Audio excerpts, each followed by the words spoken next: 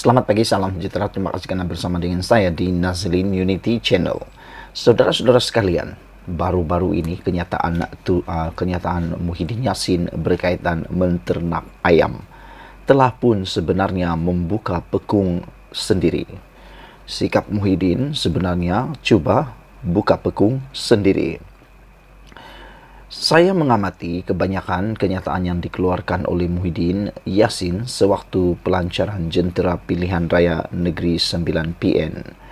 Ketika itu Muhyiddin memaklumkan dia sudah memulakan penternakan ayam penelur di kebunnya untuk kegunaan sendiri sebagai menyelesaikan masalah bekalan telur. Daripada kenyataan itu saya berasa hairan kerana amat jarang sekali Muhyiddin membuka pekung sendiri di dalam majlis atau ceramah politik. Kita semua tahu bahawa semasa pemerintahan Muhyiddin selaku Perdana Menteri yang ke-8, hampir semuanya gagal, termasuk cara mengendalikan krisis yang mengancam kesihatan dan ekonomi rakyat.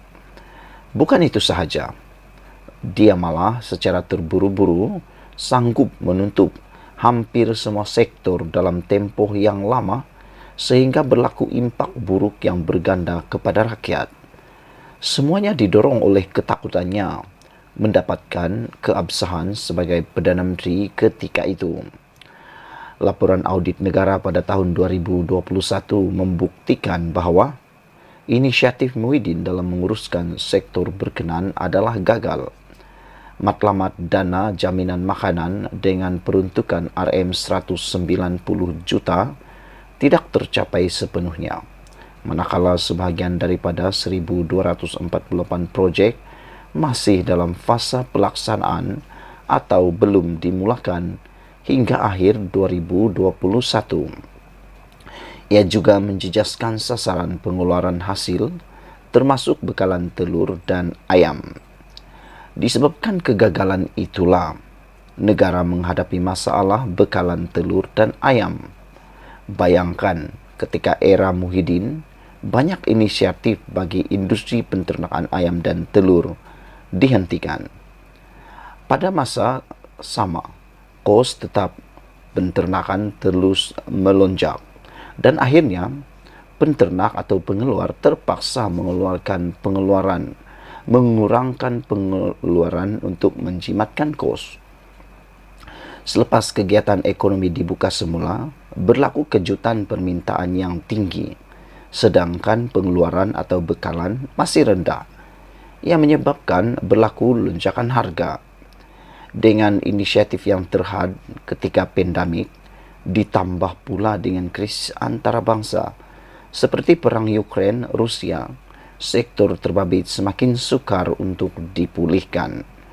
Saya tumpang bersimpati kepada Menteri Pertanian dan Keterjaminan Makanan Muhammad Sabu kerana terpaksa mencuci dosa-dosa Muhyiddin dan kabinetnya untuk memulihkan bekalan telur dan ayam. Sedarlah wahai Muhyiddin, andalah punca kepada ketidaktentuan politik, ekonomi dan masa depan rakyat serta negara. Langkah sumbang anda menyebabkan negara cacat merba dan tidak stabil. Bertaubatlah sebelum terlambat.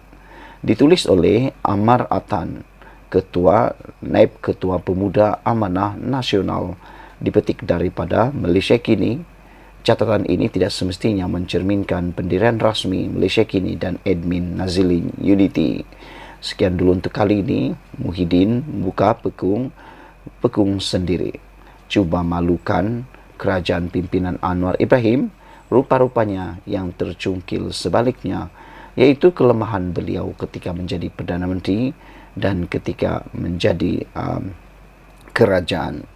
Cuba memaklumkan tentang inisiatif beliau untuk memulakan penternakan ayam. Sebaliknya, yang dilihat oleh netizen adalah pekung beliau sendiri. Ramai orang tak sedar, ramai orang tak tahu bahawa apabila Muhyiddin bercakap tentang memulakan penternakan ayam telur, beliau sebenarnya sedang membuka pekung sendiri akibat daripada pelbagai perkara gagal semasa beliau menjadi Perdana Menteri. Ikuti terus ulasan selepas ini. Selamat malam, salam sejahtera. Terima kasih kerana bersama dengan saya di Nazilin Unity Channel. Akhirnya Sanusi kena nasihat. Akhirnya Sanusi dinasihati oleh rakan sekutu mereka sendiri. Adakah dengan ini satu pengakuan bahawa Sanusi memang bersalah? Hari ini Mursyidul Ampas tegur Sanusi jaga mulut di pentas politik. Mursyidul Ampas Hashim Jassin berkata, Menteri Besar Kedah perlu lebih bertenang dan berlapang dada. Mursyidul Ampas Hashim Jassin menegur Sanusi Maknor supaya menjaga percakapan di pentas politik untuk mengelakkan kontroversi yang menyentuh sensitiviti berkaitan kaum, agama dan institusi diraja. Hashim yang memberi teguran itu susulan kenyataan Sanusi yang didakwa seolah-olah memperlekehkan. Sultan Selangor berkata, pengarah pilihan raya Perikatan Nasional PN perlu lebih bertenang dan berlapang dada. Netizen memberikan ulasan ataupun komen terhadap Mursyidul Ampas ini selepas menegur Sanusi ini. Mereka kata, teguran seperti itu adalah teguran biasa sahaja. Apalah gunanya teguran begitu, kata mereka. Mereka mencadangkan supaya Mursyidul Ampas ini turut mencadangkan supaya Sanusi tidak didaftarkan sebagai calon pilihan raya akan datang, dan lebih daripada itu, lebih penting kata mereka, tidak dicalonkan lagi sebagai Menteri Besar Kedah. Kerana menurut mereka, kalau pemimpin besar seperti itu pun tidak faham-faham ertinya, jangan memainkan isu 3R, tetapi mainkan juga, kata netizen, lebih baik jangan dicalonkan, lebih baik jangan dijadikan Menteri Besar, kerana takut-takut nanti dia akan lebih melarat dan menyebabkan kerosakan yang lebih besar, bukan saja kepada hubungan Kedah dan Selangor, tetapi kepada rakyat Malaysia khususnya. Apalah gunanya menang pilihan raya, apalah gunanya mendabik dada menang pilihan raya sekiranya dia pula yang membawa kepada kontroversi dan membawa kepada kerosakan dalam negara yang kita cintai ini, saudara-saudara sekalian. Sanusi tak kiralah pemimpin manapun perlu bertenang, kata Mursyidul Ampas ini mengulas rakaman ceramah Sanusi seolah-olah menyentuh tentang perkenan Sultan Selangor berkait pelantikan Menteri Besar Cokia tiada kualiti. Ketua Polis Negara Razaduddin Hussein mengesahkan Sanusi disiasat bagi kesalahan berkaitan 3R.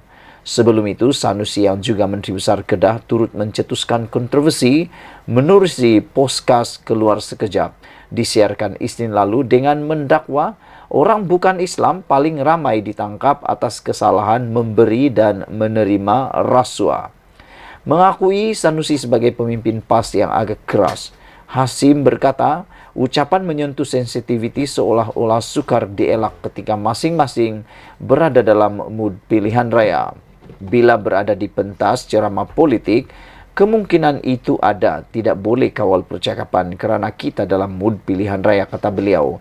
Perkara itu boleh timbul, katanya, mengharapkan semua pihak boleh berlapang dada dan memaafkan sesama sendiri untuk mengelak pertikaian itu berlanjutan hingga ke mahkamah. Saudara-saudara sekalian, perkara ini sebenarnya perkara yang dah diingatkan berulang-ulang kali oleh pihak berkuasa, bahkan oleh kerajaan, bahkan pemimpin dan juga rakyat sendiri. Sebenarnya rakyat pun tak suka isu 3R ini dimainkan dalam mana-mana politik. Jadi, seperti yang dikatakan oleh Fahmi Fazil, berani buat, berani tanggung. Manakala Amiruddin pula kata, hei Sanusi, jangan kurang ajar, itu satu perkara yang memang perlu diperhatikan. Seperti yang saya cakap tadi, apalah gunanya menang pilihan raya kalau membawa kerosakan kepada Malaysia? Apalah gunanya mendabik dada konon paling hebat di pentas politik, pentas kempen, kalau hanya membawakan kerosakan kepada Malaysia? Kita berharap semua ahli politik yang berkempen dalam PRN kali ini berfikirlah dengan sewaras-warasnya seperti mana yang dinasihati oleh Mursyidul Ampas ini, yaitu jaga mulut di pentas politik, perlu lebih bertenang dan berlapang dada. Untuk perkara memaafkan ini, itu terpulang kepada siasatan polis Diraja Malaysia. Sama ada ianya akan boleh dimaafkan ataupun tidak. Sekian dulu untuk kali ini. Jangan lupa tekan butang subscribe. Kita jumpa lagi. Bye-bye.